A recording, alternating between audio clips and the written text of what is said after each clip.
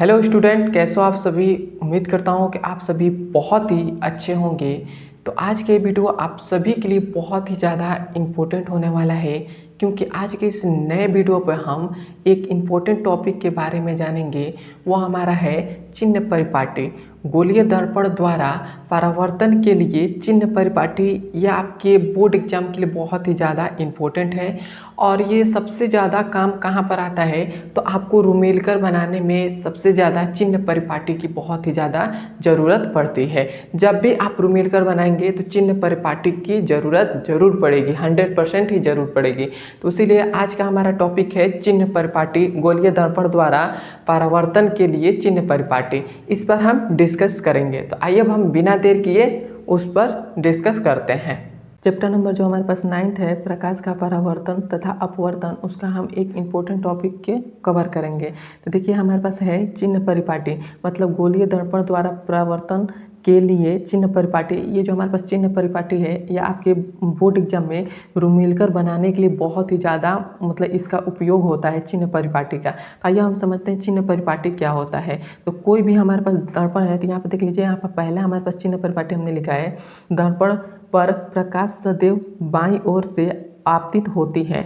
मतलब क्या है, यहाँ पर आप ध्यान से समझेंगे। यहाँ पर हमारे पास क्या है, एक दर्पण है, दर्पण है हमारे पास है। तो ये हमारे पास अवतल दर्पण है। तो यहाँ पर क्या कह रहा है, पहला नंबर हमसे कह रहा है कि जो हमारे पास दर्पण पर प्रकाश सदैव बाईं ओर से आपतित होती है। आपतित का मतलब होता है आना, होता है आना होता है। तो जो हमारे पास ये क्या है, ये हमारे पास जो दर्पण है, अवतल दर्पण है, तो क्या होता है, जब भी प्रकाश होगी तो बाईं ओर से, मतलब तो ये हमारे पास दाईं ओर है, ये बाईं ओर है। तो जब भी हमारे पास प्रकाश, कोई भी प्रकाश होगी, वो क्या होगी, हमेशा जब भी जाएगी तो वो किस प्रकार से जाएगी, दाईं ओर से, बाईं ओर से हमारे पास जाएगी।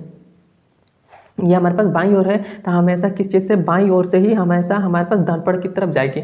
मतलब ये जो हमारे पास है, ये इधर से हमारे पास बाईं ओर से हमेशा प्रकाश किरण जाएगी। मैं आशा करता हूँ कि आपको समझ में आ गया होगा। दर्पण के हमेशा बाईं ओर से प्रकाश जाती है। क्लियर है यहाँ तक। मैं आशा करता हूँ कि आपको दर्पण समझ में आया होगा कि मतलब कोई भी दर्पण है तो उसमें प्रकाश किरण किस ओर से आती है, तो आप बोलेंगे कि बाईं ओर से आती है। क्लियर है यहाँ तक। दूसरा हमारे पास है कि सभी दूरियां दर्पण के ध्रुव से मापी जाती है। मतलब जो हमारे पास दर्पण का ध्रुव, इसमें दर्पण का ध्रुव कौन सा है, तो ये जो हमारे पास बीच वाला पी बिंदु है, पी को हम, इसी को हम ध्रुव बोलते हैं। क्या बोलते हैं, ध्रुव। तो हमेशा कोई भी वस्तु होगा, मतलब मान लेते हैं कि हमें इस ध्रुव से हमें फोकस दूरी की दूरी ज्ञात करना है, तो हम क्या से ज्ञात करेंगे, मतलब हमें फोकस दूरी की दूरी ज्ञात करना है। ये एफ क्या है, फोकस दूरी है। तो हमें नापने के लिए हम क्या से, यहाँ से, मतलब ये ध्रुव है, यहीं से हम नापेंगे। यदि हमको कह देगा कि वक्रता केंद्र, ये जो हमारे पास वक्रता केंद्र है, इसकी दूरी नापिए, तो कहाँ से आप दूरी नापेंगे, तो ये जो हमारे पास ध्रुव है, यहाँ से आप ध्रुव को नापेंगे कि कितनी दूरी है। तो यही हमने यहाँ पर बात लिखा है। क्लियर है तक। मैं आशा करता हूँ कि आपको समझ में आ गया होगा। तो क्या करेंगे, जितने भी दूरी, मतलब जितनी भी दूरियां होती हैं दर्पण के, तो वो ध्रुव से मापी जाती है। मतलब जो हमारे पास सभी दूरियां हैं, वो सभी दूरियां दर्पण के ध्रुव से मापी जाती है। क्लियर है तक। उसके बाद हमारे पास तीसरा है, आपतित किरण की दिशा में मापी गई दूरियां सदैव धनात्मक होती हैं, लेती हैं या होती हैं। मतलब इसका मतलब क्या है, मतलब जो हमारे पास आपतित किरण, मतलब ये जो हमारे पास किरण जो है आ रही है, तो इसके मतलब जो हमारे पास ये किरण जा रही है, तो इसकी दिशा में नापेंगे। मतलब ये जो हमारे पास दिशा है, तो हम यहाँ से ना दूरी को मापते हैं, तो यहाँ से दूरी को हम इधर मापेंगे, इधर हम मापेंगे। कोई भी मान लेते हैं कि यहाँ पर कोई वस्तु है, तो हम ध्रुव, मतलब ये जो ध्रुव है, ये इधर हम नापेंगे, तो हमेशा वो किस चीज़ में लेंगे, हमेशा वो उस मतलब वस्तु को हम क्या लेंगे, प्लस में लेंगे। क्लियर है तक। तो वही यहाँ से हमको कह रहा है कि जो हमारे पास आपतित किरण है, ये जो हमारे पास आपतित किरण है इधर जा रही है, तो हमेशा इसके मतलब इसकी जो दिशा है, इसकी दिशा में मापी गई जो दूरियाँ है, वो हमेशा किस चीज़ में रहती है, धनात्मक में रहती है। क्लियर है तक। उसके बाद हमारे पास तीसरा के बाद चौथा हमारे पास है आपतित किरण के विपरीत दिशा में मापी गई दूरियों को ऋणात्मक लेते हैं। मतलब हमारे पास यहाँ पर समझेंगे, जो हमारे पास ये आपतित किरण है, आपतित किरण इधर से हमारे पास जा रही है, तो इसकी विपरीत कौन सा होगा, ये ना होगा, विपरीत इधर हो जाएगा। तो हमारे पास ये ध्रुव है, यहीं से हम नापते हैं। तो ध्रुव के जब हम इधर नापेंगे, कोई भी चीज़ हम ध्रुव से इधर नापेंगे, तो हमेशा किस चीज़ में लेंगे, हमेशा माइनस में लेंगे। क्लियर है तक। मैं आशा करता हूँ कि आपको समझ में आया होगा।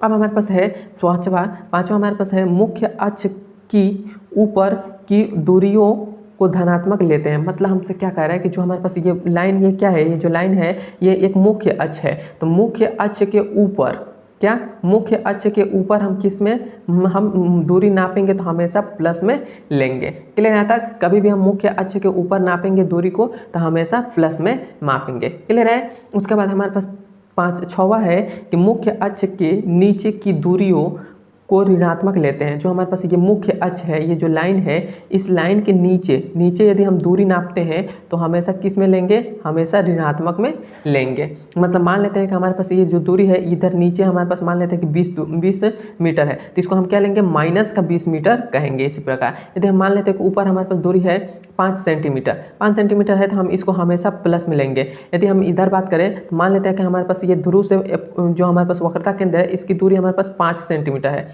हम 5 इसे नहीं लिखेंगे, माइनस का हम 5 लिखेंगे। क्लियर है? तक मैं आशा करता हूँ समझ में आएगा। और इधर की बात करें तो मान लेते हैं कि यहाँ से यहाँ तक हमारे पास कितना है? हमारे पास 6 सेंटीमीटर है, तो यहाँ से यहाँ तक हम लिखेंगे तो हम इसको 6 सेंटीमीटर प्लस में लिखेंगे, और यही हम इधर नापते तो हम वहाँ पर माइनस लगाते। क्लियर है? तक अब देखिए यहाँ पर हमारे पास है मुख्य अक्ष के नीचे की दूरियों को ऋणात्मक लेते हैं। मतलब मुख्य अक्ष ये जो लाइन है इसके नीचे हम दूरी को नापेंगे तो ऋणात्मक में लेंगे। क्लियर है? तक मैं आशा करता हूँ कि आपको समझ में आया होगा।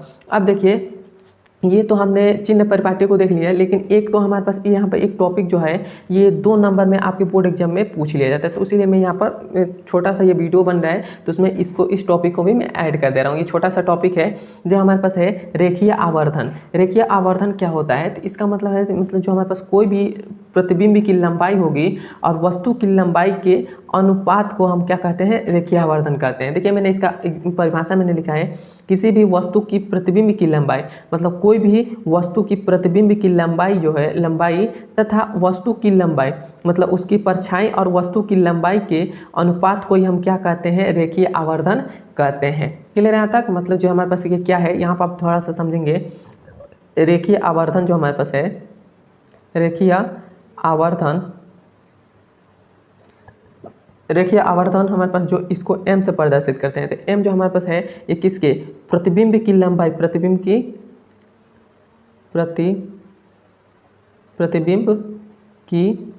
लंबाई, प्रतिबिंब की लंबाई और बटा में क्या हो जाएगा? वस्तु की लंबाई, तो वस्तु की लंबाई,